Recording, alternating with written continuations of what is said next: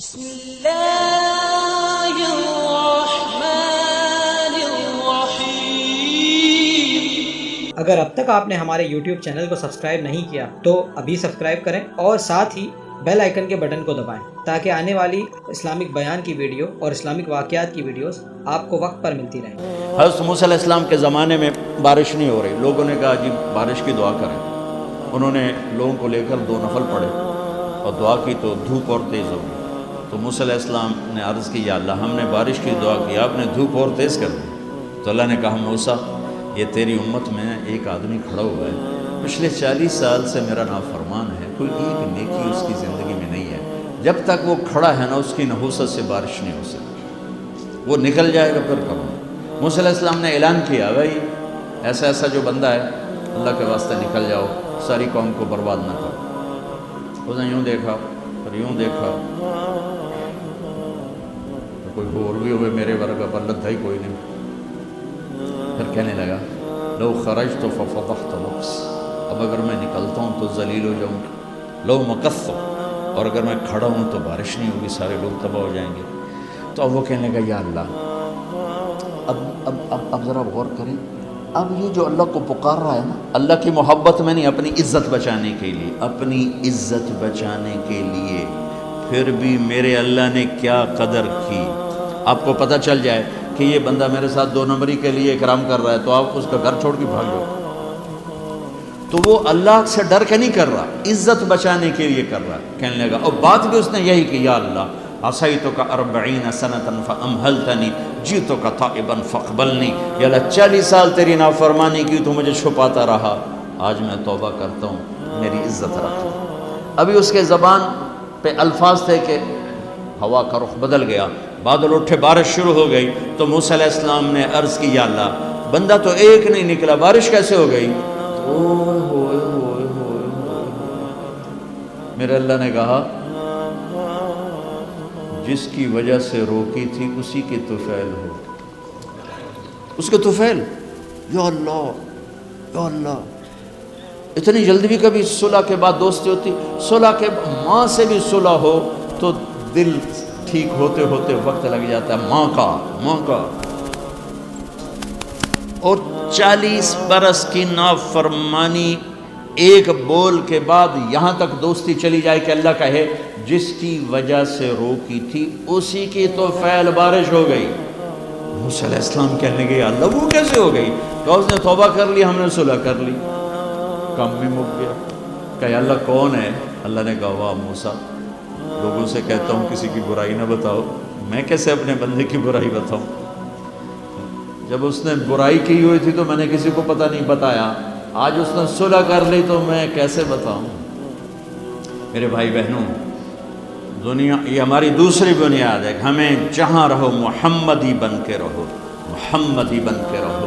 دونوں مہربانوں سے واسطہ ہے، دونوں ہستیاں عظیم ہیں، کریم ہیں، مہربان ہیں۔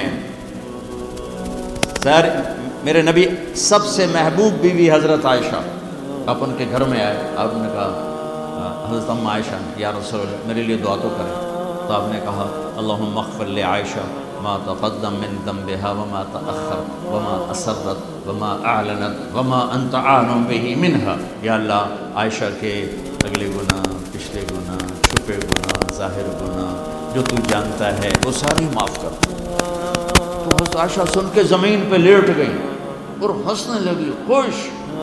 آپ نے کہا عائشہ تم اتنی کیوں خوش ہو رہی؟ کہ آپ نے میرے لیے اتنی بڑی دعا کر دی، میں خوش نہیں ہوں گی؟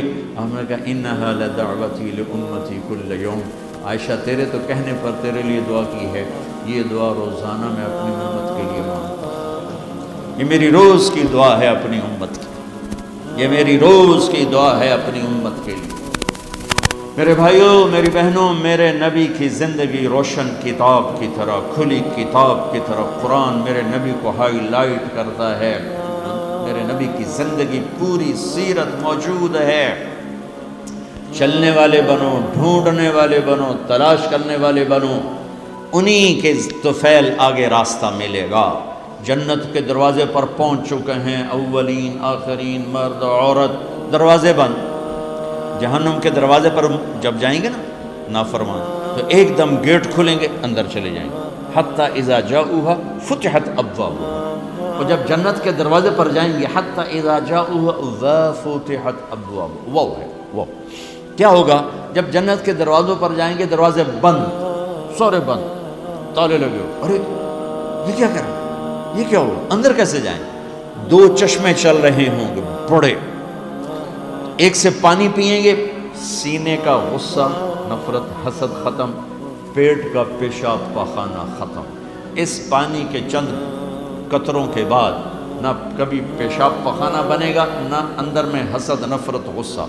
دوسرے سے وضو کریں گے تو چہرے ایسے تر و تازہ کہ ہمیشہ کے لیے چہرے پر نہ بڑھاپے کے آثار نہ بیماری کے آثار. ہر آدمی اپنی ایک قد میں 130 فٹ، جنت کے دروازے پر اماں اور ابا کا قد ہوگا 130 فٹ، چونکہ جنت کی لڑکی بھی 130 فٹ ہے، جنت کے خادم بھی 130 فٹ ہیں. میں مذاقن کا کرتا ہوں 5 فٹ کا جنتی جنت میں چلا جائے تو بیگم تو جیب میں ڈال لے گی. جنت کی حور ہسبینڈ کو جیب میں ڈال کے ڈھونڈتی پھرے گی، سجے پاسے پایا کہ کھبے پاسے پایا. نہیں تو اللہ آدم علیہ السلام کی ہائٹ پہ لائے گا ہمیں، اس ہائٹ پہ لائے گا 130 فٹ کی ہائٹ پر. سارے داڑھی غائب ہو جائے، داڑھی نہیں ہوگی، یہ دنیا میں ہے، وہاں کوئی نہیں. اور حسن یوسف علیہ السلام کا، قد آدم علیہ السلام کا، عمر عیسیٰ علیہ السلام کا، دل ایوب علیہ السلام کا، زبان کی مٹھاس داؤد علیہ السلام کی، اور اخلاق جناب رسول اللہ صلی اللہ علیہ وسلم والے. پیشاب سے پاک، پاخانے سے پاک، تھوک سے پاک، موت سے پاک، نیند سے پاک، تھکن سے پاک، بڑھاپے سے پاک، درد سے پاک، دوا سے پاک. ہاسپٹل نہیں پوری جنت میں، ٹوائلٹ نہیں پوری جنت میں، واشنگ مشین کوئی نہیں، کچن کوئی نہیں، عورتوں کی موج ہو گئی، کچن ہی کوئی نہیں، پکے پکائے. یا تو تمہیں بھی پکانا پڑتا ہے.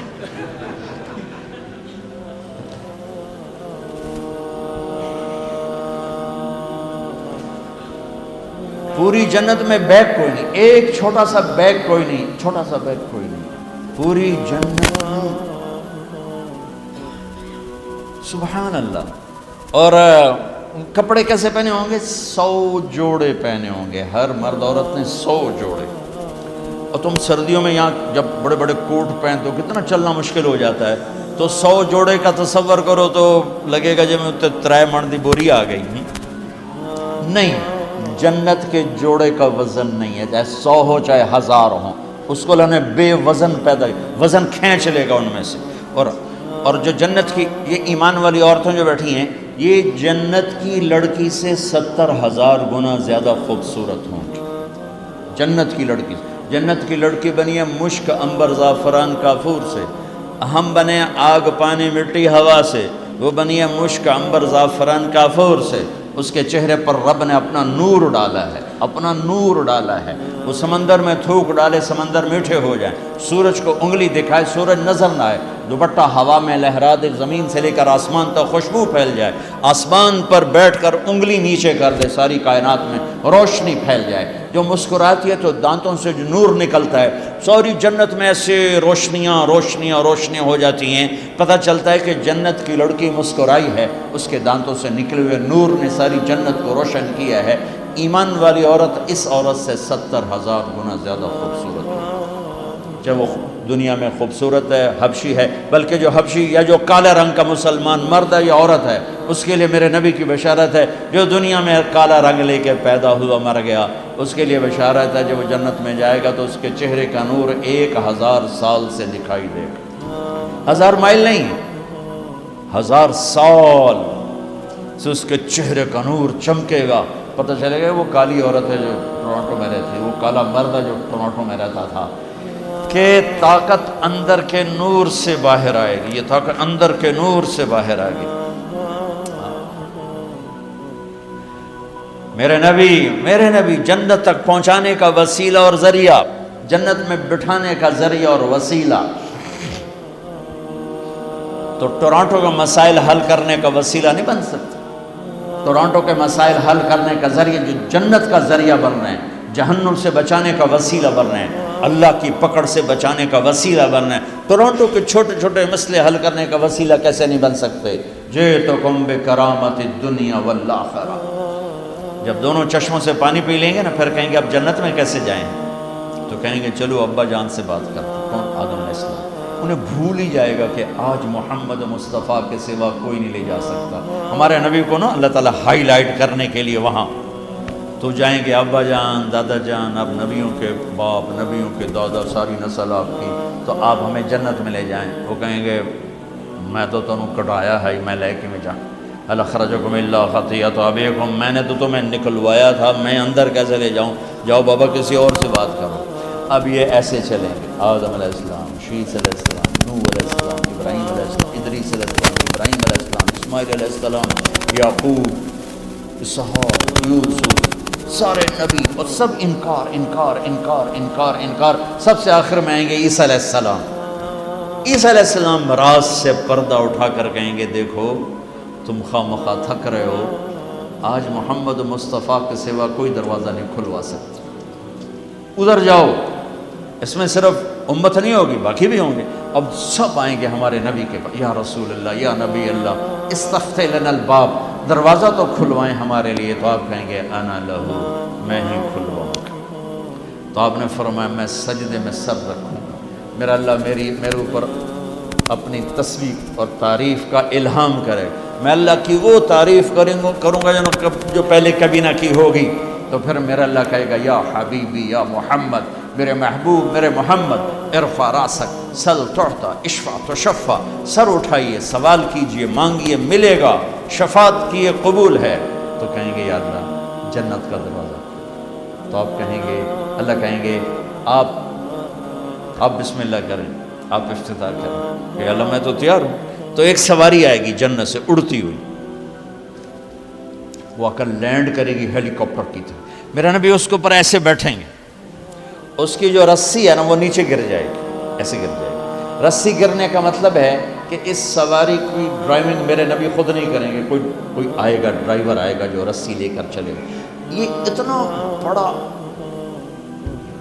اتنا بڑی عزت ہے کہ اللہ کے نبی کی سواری کا ڈرائیور بنے، کوئی کوشوان بنے، لہذا سب نظریں اوپر اٹھائیں گے،